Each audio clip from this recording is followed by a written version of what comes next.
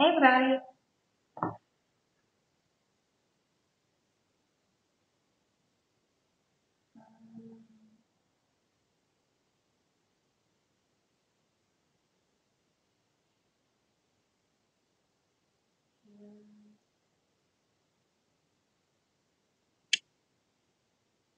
Here we are.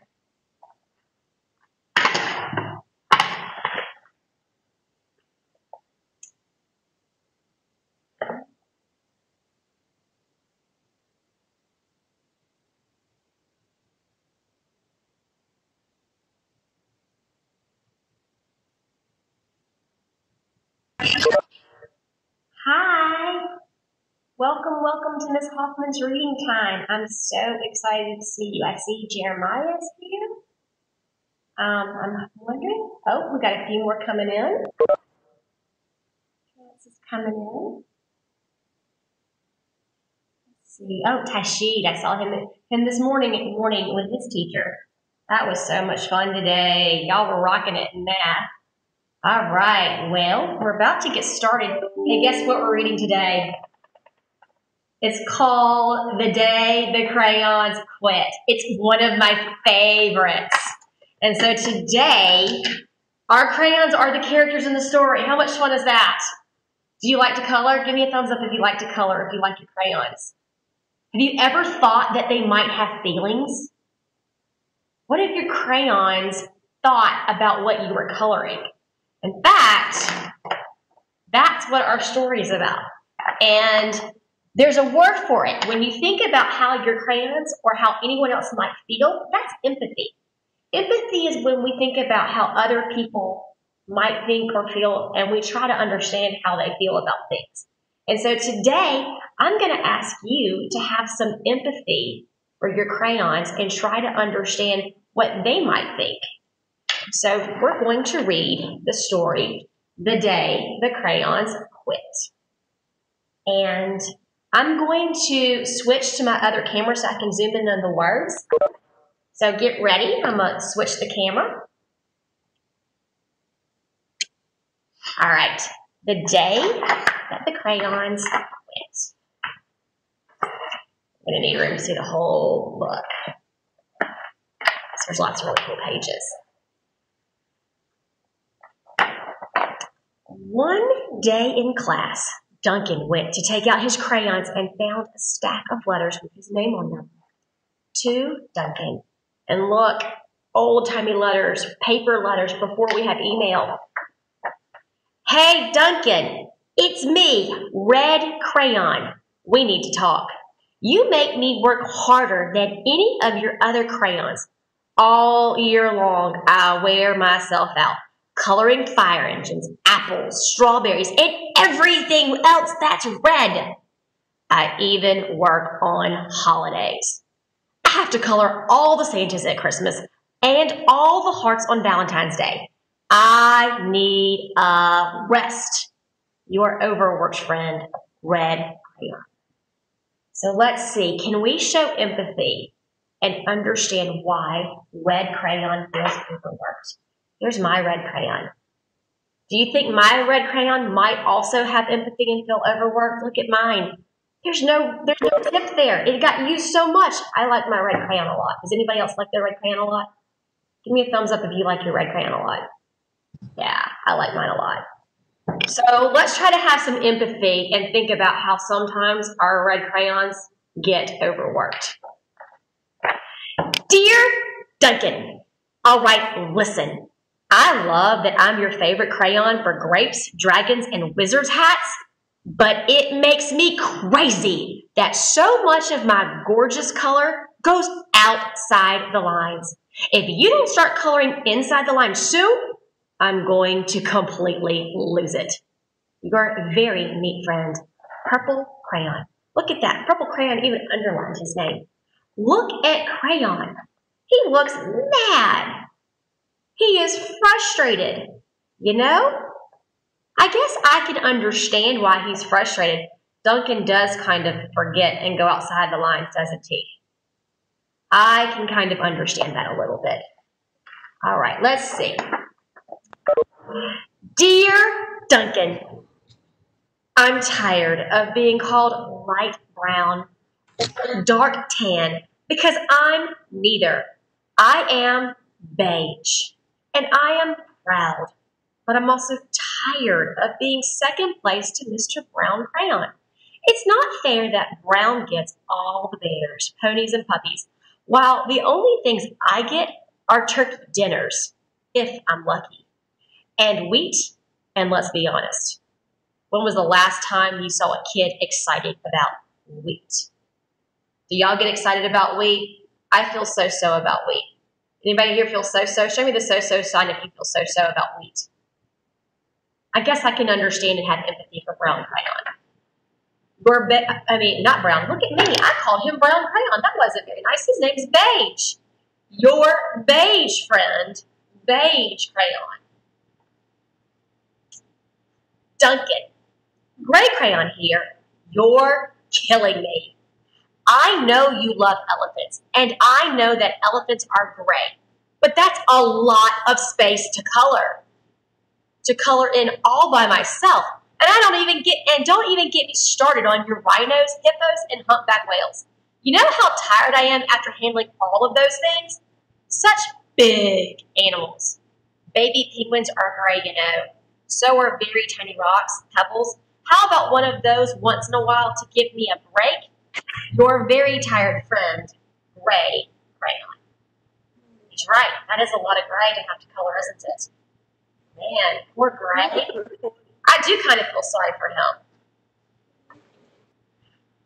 Dear Duncan, you color with me, but why?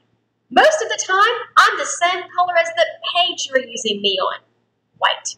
If I didn't have a black outline, you wouldn't even know I was there. I'm not even in the rainbow. I'm only used to color snow or to fill an empty space between other things. And it leaves me feeling, well, empty. We need to talk. Your empty friend, White Crayon. Give me a thumbs up if you've ever had a white crayon and tried to write on black paper. It's kind of cool, isn't it? You can see the white show up better. But you know, if you have white, he's white. I can barely see him on the page. No wonder this page looks empty. He tried to color a white cat in the snow. I can have empathy for White and understand why he feels empty. He could really appreciate it if maybe Duncan would try drawing white on top of another color. That's a pretty good request. All right, let's see what's next. Hi, Duncan. I hate being used to draw the outline of things that are colored in by other colors, all of which think they're brighter than me. It's not fair when you use me to draw a nice beach ball and then fill in all the colors of the ball with all the other crayons. How about a black beach ball sometime? Is that too much to ask? Your friend, Black Crayon. Well, gosh, I never thought about how my black crayon might feel. Look at Black Crayon. He's just praying. Don't just use him as an outline. He wants to be more than just a line. He wants to be the whole ball, or maybe the whole dress, or even the whole rainbow. I might could help out my black crayon some. Dear Duncan, as Green Crayon, I am writing for 2 reasons. One is to say that I like my workloads of crocodiles, trees, dinosaurs, and frogs. I have no problems and wish to congratulate you on a very successful coloring things green career so far. The second reason I write is for my friends, Yellow Crayon and Orange Crayon, who are no longer speaking to each other. Both crayons feel they should be the color of the sun. Please settle this soon because they're driving the rest of us crazy. Your happy friend, Green Crayon. And looky there, Green is quite happy coloring in crocodiles and trees and dinosaurs. But look, he's talking about the yellow and the orange. And he's showing empathy for his friends not getting along. He's showing that he understands that they have an argument. So that's him showing empathy. And you know, I'm glad to know that Green Crayon is pleased with his green career. Dear Duncan, Yellow Crayon here. I need you to tell Orange Crayon that I am the color of the sun. I would tell him, but we are no longer speaking. And I can prove I'm the color of the sun, too.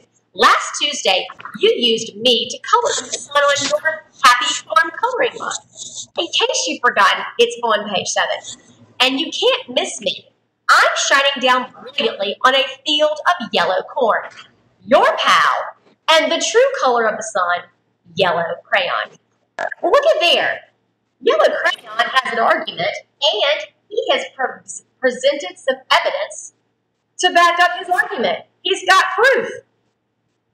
He's got text evidence. He went back to the coloring book and showed where he was the color of the sun. He was quite right. That's quite a good argument. I quite empathize and understand why Yellow Crayon is frustrated because he thinks he is the color of the sun. Still, I bet you Orange has another point of view. Let's find out. Yep. Here we go. Dear Duncan, you see Yellow Crayon? I see Yellow Crayon already talked to you, the big whiner. Anyway, could you please tell Mr. Tattletale that he is not the color of the sun? I would, but we're no longer speaking. We both know I am clearly the color of the sun because on Thursday, you used me to color the sun on both the Monkey Island and the Meet the Zookeeper pages in your Day at the Zoo coloring book. Aren't you glad I'm here? Ha, your pal. And the real color of the sun, Orange Crayon. And Orange Crayon, he sure did too. He's got text evidence. He went back to the book, and he could show where he was the color of the sun. Well, now, it kind of looks like both crayons are right, doesn't it? Huh. You know, that's really frustrating. I can understand why they're both frustrated.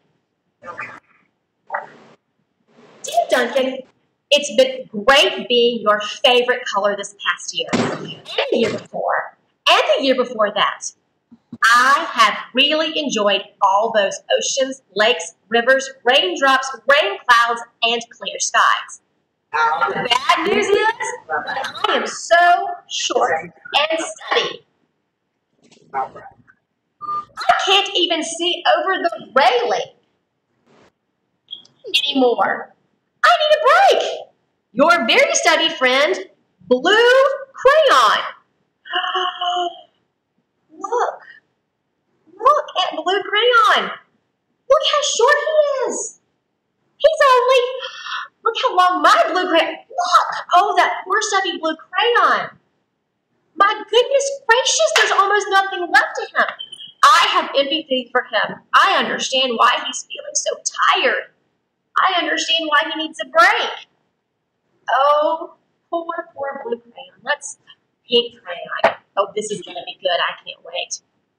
Duncan, okay, listen here, kid. You have not used me once in the past year. It's because you think I am a girl's color, isn't it?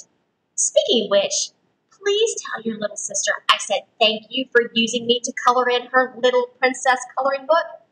I think she did a fabulous job of staying inside the lines. Now, back to us. Could you please use me sometime to color the occasional pink dinosaur, or monster, or cowboy? Goodness knows, they could use a splash of color. Your unused friend, Pink Crayon. I wonder, am I creative enough when I color it with pink, or do I only use pink for girly things? I wonder if there's some things that I could color pink with that I don't do very often. I've never seen a pink cowboy before. Oh, and that is definitely a silly-looking monster. It might be fun to try to draw one of those. Maybe I should use my pink crayon for something besides just princesses and flowers. Hey, Duncan! It's me, Peach Crayon! Why did you peel off my paper wrapping? Now I'm naked and too embarrassed to leave the crayon box. I don't even have on any underwear. How would you like to go to school naked? I need some clothes. Help! your naked friend, Peach Crayon. Oh my goodness, I never thought about it. I never thought about how my crayons could feel naked if I peeled off the paper. Look at my Peach Crayon. This one still has clothes on, but what if I took the wrapper off? He would be undressed. Oh my goodness, I never thought about that. You know, now that I've heard Peach's point of view, I'm going to show some empathy and not peel the paper off my crayons anymore. Duncan, Duncan, Duncan. Oh, look, here's all the letters. Poor Duncan. Poor Duncan. Poor Duncan. Poor Duncan just wanted to color. And of course, he wanted his crayons to be happy. And that gave him an idea.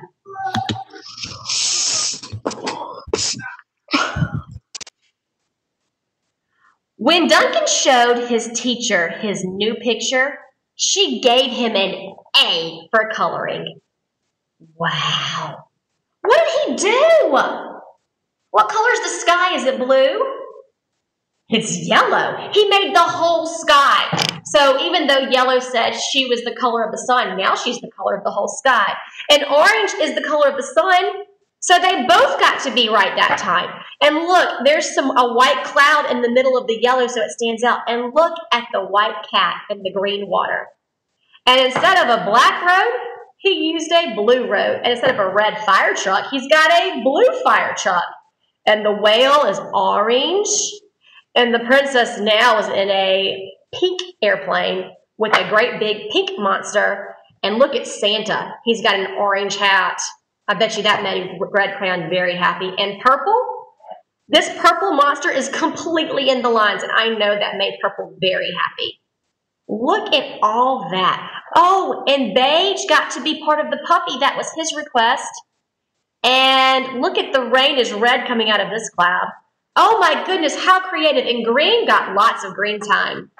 Let's see. So when his teacher gave him an A for coloring, she also gave him an A+ for creativity. For all those new, unusual ideas. That's creativity, when you have new, unusual, unique ideas. Yay! I'm so happy for Duncan and his crayons. That's so much fun. Look at that. And here's my crayons. And I just wanted to remind y'all that today we practice having empathy for someone other than ourselves. We practice understanding someone else's feelings. And we practice trying to imagine what our crayons might be feeling. So thanks for joining me today. It was so much fun, and I love seeing y'all. And I will see y'all back tomorrow. And tomorrow when you come see me, if you have any crayon pictures you've drawn, I'd love for you to hold them up in front of the camera. Does anybody have anything they've drawn recently to hold up in front of the camera? Anybody want to share anything they worked on? Anybody write their own book? If anybody writes their own book, I would love to read it if you write your own story, I will read it during my reading corner if you would like me to. Hey, and you know what? We're coming back to in-person learning in the next few weeks. We're going to start getting to come to school, and I'm going to get to see y'all in the building, and I'm so excited to see y'all in the building. And when I do, maybe I will get to read some of y'all's stories then. So this is Miss Hoffman saying bye, and I can't wait till I see you guys again tomorrow. Y'all take care and have a great night.